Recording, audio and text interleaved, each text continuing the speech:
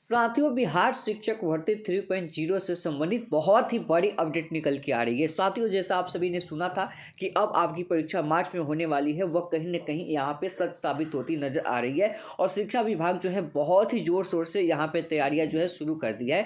और लगभग 65,000 से अधिक पदों पर बहाली आपको बीपीएससी टीआरई 3.0 में देखने को मिल सकता है। इसके लिए बैठक जो है शुरू होने वाली है, यानी कि बीपीएससी और जो शिक्षा विभाग है बहुत जल्द उसके बीच में यहाँ पे इसको लेके बैठक शुरू होगी कि कैसे इस बहाली को कंडक्ट कराया जाएगा और कब से कब तक इसका डेट यहाँ पे दिया जाएगा। ये सारी चीज़ें जो है आपको इस वीडियो के माध्यम से बताने वाले हैं, तो वीडियो को आप अंत तक जरूर देखिएगा। वीडियो शुरू करने से पहले मैं आपसे एक छोटा सा रिक्वेस्ट करना चाहूँगा कि आप अभी तक इस चैनल पर नए हैं तो आप इस चैनल को सब्सक्राइब कर ले और बेल आइकन को दबा दें ताकि ऐसे ही लेटेस्ट वीडियो मिलता रहे। चलिए शुरू करते हैं। साथियों, अगर बीपीएससी टीआरई 3.0 से संबंधित कोई भी अपडेट आपको चाहिए तो उसके लिए आप हमारे व्हाट्सएप ग्रुप में भी जुड़ सकते हैं। उसका लिंक आपको वीडियो के डिस्क्रिप्शन में मिल जाएगा, आप वहां से ज्वाइन कर सकते हैं। साथियों, अभी से कुछ देर पहले न्यूज 18 के जो वरिष्ठ पत्रकार हैं, जैसे रजनीश कुमार भैया को आप जानते ही हैं, उन्होंने एक ट्वीट भी किया है और यहाँ पे उन्होंने क्या किया है, कुछ अपडेट भी डाला है वीडियो के माध्यम से। और यहाँ पे देख सकते हैं कि पटना शिक्षक बहाली को लेकर बहुत ही बड़ी खबर, यानी शिक्षक बहाली फेज 3 को लेके एक्शन में एसीएस के पाठक अधिकारियों को दिया विज्ञापन का प्रारूप जारी करने का निर्देश। यानी कि यहाँ पे विज्ञापन की प्रोसेस जो है शुरू हो चुकी है, यानी कि बहुत जल्द आपको यह विज्ञापन देखने को मिलेगी। 15 फरवरी तक आपको विज्ञापन देखने को मिल जाएगा और 10 मार्च के बाद कभी भी हो सकती है परीक्षा। और इसी को इन्होंने ट्वीट भी किया है, आप इस ट्वीट के माध्यम से देख सकते हैं कि शिक्षक बहाली फेज 3 को लेके एक्शन में शिक्षा विभाग अधिकारियों को दिया विज्ञापन का प्रारूप तैयार करने का निर्देश। यानी तीसरे फेज में लगभग 65 से 68,000 सीटों पर निकलेगी बहाली।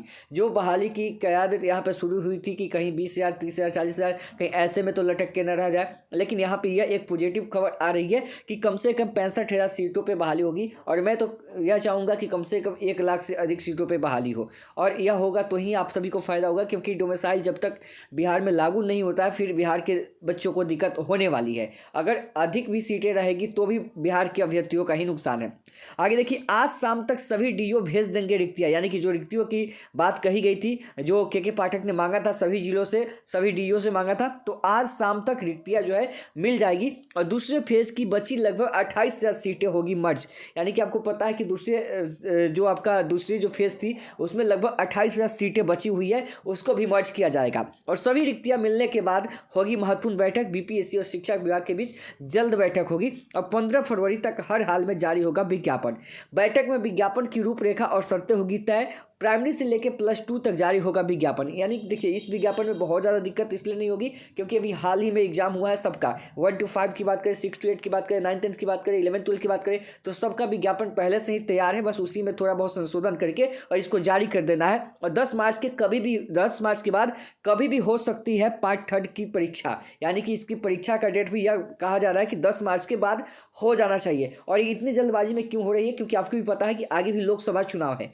खैर, यहाँ पे आप देखेंगे 15 फरवरी के बाद आपकी आचार संहिता लागू हो जाएगी, तो उसके बाद विज्ञापन तो नहीं निकलेगा, लेकिन एग्जाम तो बाद में भी हो सकता है। लेकिन यह मार्च में ही क्यों रखा जा रहा है, क्योंकि जल्दी से बहाली प्रोसेस पूरा होगा तो फिर चुनावी माहौल है, वहाँ पे यह भी कहने में आएगा कि भाई हमने भी बहाली दिया है। ठीक है, और कहीं ना कहीं स्टूडेंट के लिए तो पॉजिटिव खबर है। चाहे आप बहाली किसी भी तरीके से दे, आप चुनावी मुद्दे बना के ही क्यों ना दे, आप अच्छे से बहाली करें और अधिक से अधिक पदों पर बहाली करें, इससे स्टूडेंट का भला होगा। और मैं तो इतना रिक्वेस्ट करना चाहूँगा और आप सब भी मांग कीजिए कि कम से कम डोमिसाइल बिहार को मिल जाए। देखिए, इतना तो हम लोग भी जानते हैं कि अब इतना जल्दी इतना समय में कुछ होने वाला नहीं है, लेकिन ट्विटर का ट्रेंड जो होगा ना, वह काफ़ी आपको मदद देगा, क्योंकि अब आंदोलन के लिए आपके पास समय नहीं बचेगा। अगर कम समय में यहाँ पे आपके लिए एग्जाम का डेट आ जाता है तो आपके पास इतना समय नहीं आएगा कि आप फिजिकली जाके आंदोलन कर सके। तो इसलिए ट्विटर कैंपेन के माध्यम से आप लोगों ने जो जारी रखा है उसको जारी रखते रहिए और आप अपनी मांग जो है जायज़ करते रहिए। और साथ ही जो रिजर्वेशन वाला जो जातीय जनगणना हुआ था, जहाँ पे आरक्षण बढ़ाया गया था, अगर उसको लागू किया जाता है